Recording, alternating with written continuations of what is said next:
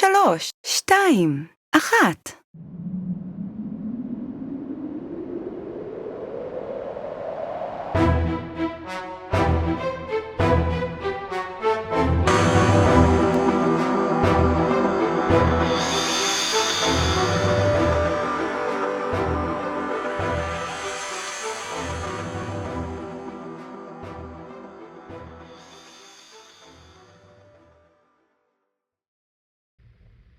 Well, hello everyone.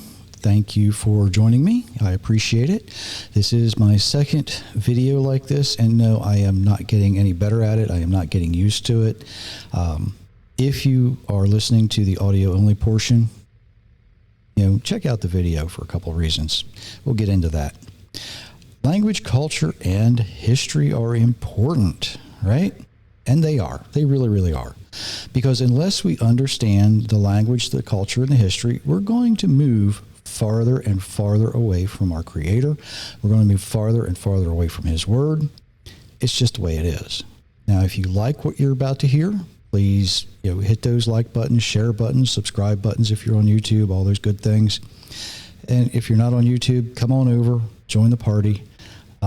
Not because I need more subscribers, although my benefit out of more subscribers is it gives me a easier to use YouTube channel name.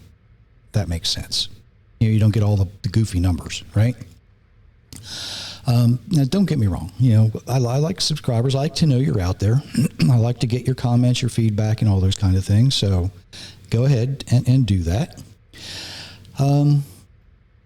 Now, while I was thinking about how to approach language, culture, and history in a way that made sense to most of the people, and why it's important to have a good grasp of it. Why do we need to understand it? What is it about the language, the culture, and the history that gives it to us? I had a question come up from someone who had read Tradition to Truth. And in that book, there is a chapter called This Place Called Heaven, right? And in that, I give kind of a brief review of how there's nothing in the Bible that would indicate that immediately after we leave this world, immediately after we die, that we automatically just pop up in heaven. There is absolutely nothing in the Bible that supports that whatsoever, even though that's what a lot of people are taught. I know that's going to surprise some of you, and it may upset some of you. It may give some of you some anxiety. But, not to worry. I've said many times in the podcast before, heaven is not our final destination. Heaven's not our final destination. Our final destination is the new earth, right? If you read the end of the book, you'll find out. That's where we're headed. The idea of mankind getting into heaven doesn't even show up in the Bible until you get to Genesis chapter 11. And in Genesis chapter 11, verse 4, forgive me if I don't have my notes right up here in front of me. I have to kind of look down at them here just a little bit. Chapter 11, verse 4. Come, they said, let us build for ourselves a city with a tower that reaches to the heavens, that we may make a name for ourselves and not be scattered over the face of the earth. Now, of course, all of that happens under the direction of Nimrod. They wanted to build a tower. Nimrod, if you read Genesis very carefully, you find out Nimrod is in direct conflict with the Creator. He's opposed to God. He's a mighty hunter in the face of God. So that puts that in kind of a negative context. We wanted to get into heaven under our own power. It doesn't happen, right? Later in Genesis 37, after Jacob is shown Joseph's coat of many colors, verse 35 reads, all his sons and daughters tried to comfort him, but he refused to be comforted.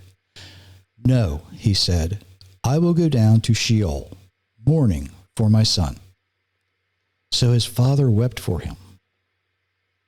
Now, Sheol, if you don't know, is the place of the dead.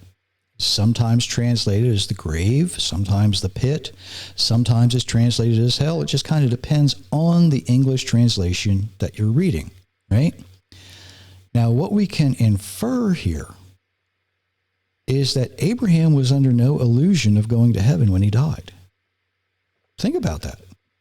He passed that information down to Isaac and then to Jacob. Jacob would have understood this. He would have, they had some information then that we don't think about today. Later on, when you get to 2 Samuel 12:22, David would answer, "While the child was alive, I fasted and wept, for I said, well, who knows? The Lord may be gracious to me and let him live. But now that he's dead, why should I fast? Can I bring him back again? I will go to him, but he cannot return to me." The Hebrew understanding when someone dies is they don't go to heaven. They simply go to this place of the dead and they rest until the resurrection. Now, the clearest place in the Old Testament that this is laid out, is actually Daniel 12:2. Many who sleep in the dust of the earth will awake. Let me read that part again. Many who sleep in the dust of the earth will awake. Some to everlasting life, but others to shame and everlasting contempt. You see the difference?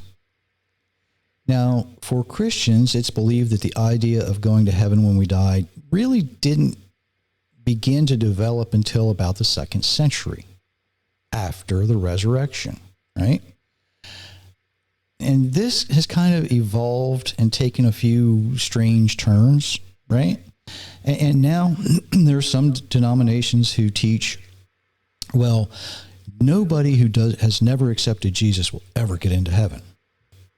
Well, the problem is there's no biblical foundation for that statement. It's just not there. And people try to do a lot of different things to make it fit, but it just doesn't fit.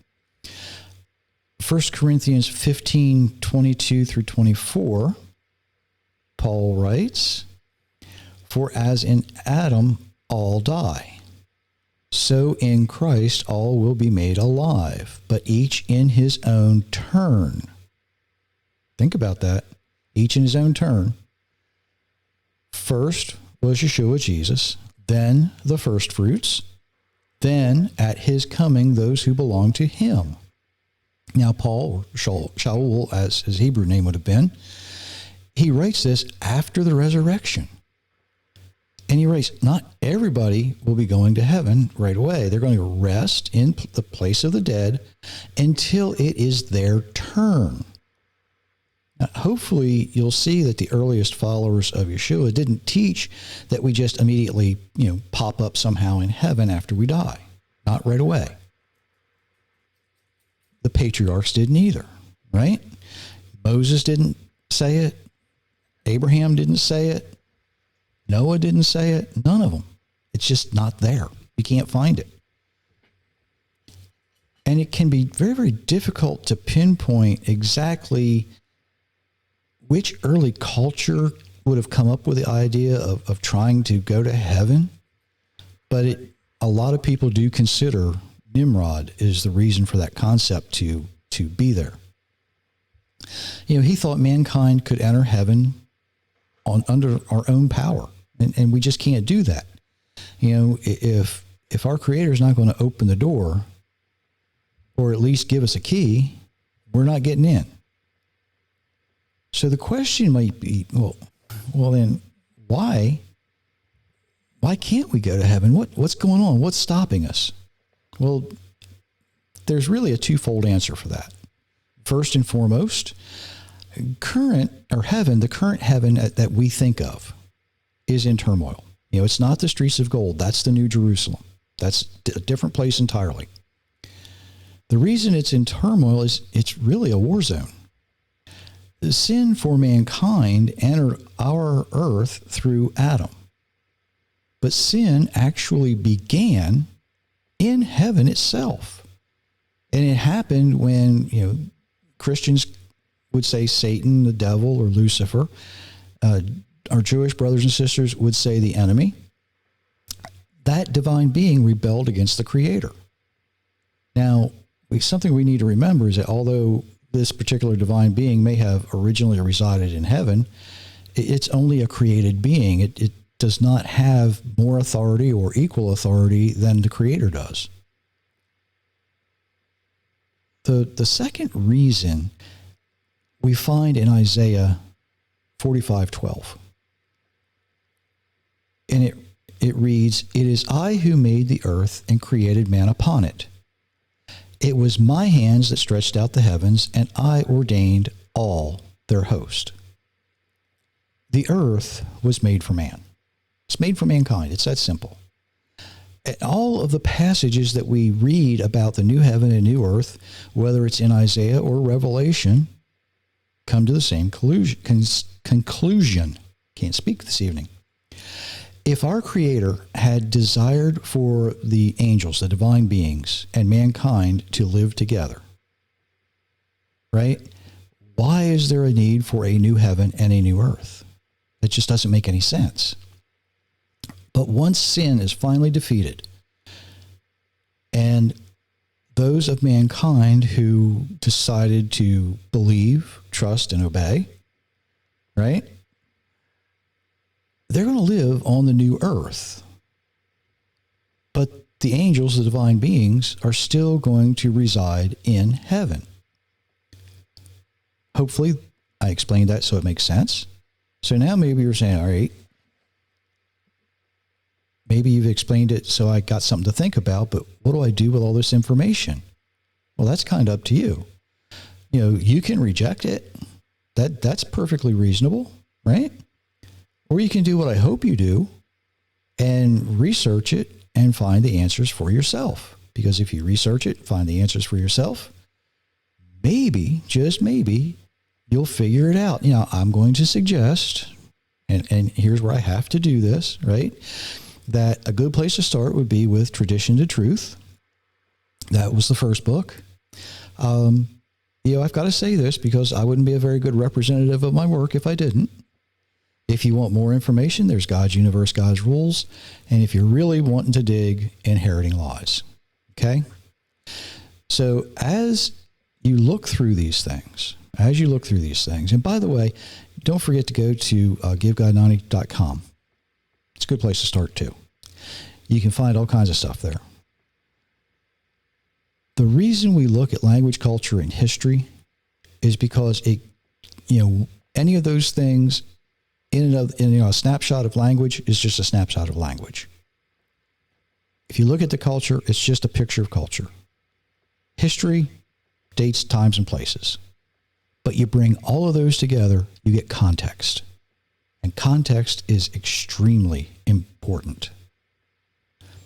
Think about it this way. If I say he washed his car, you don't have any context, do you? But if you see it in writing and you know that the writing comes from a culture that is very, very communal and people get along, and then you get a little bit of history with it. Maybe he borrowed someone's car and ran through a mud puddle and it needed washing before he returned it. That gives you context. Now, if you read it in a language where it's a very self-centered culture, then you have the language, you have the culture. You might not need history because you can kind of think, well, he probably washed his own car. Context is everything. It's everything.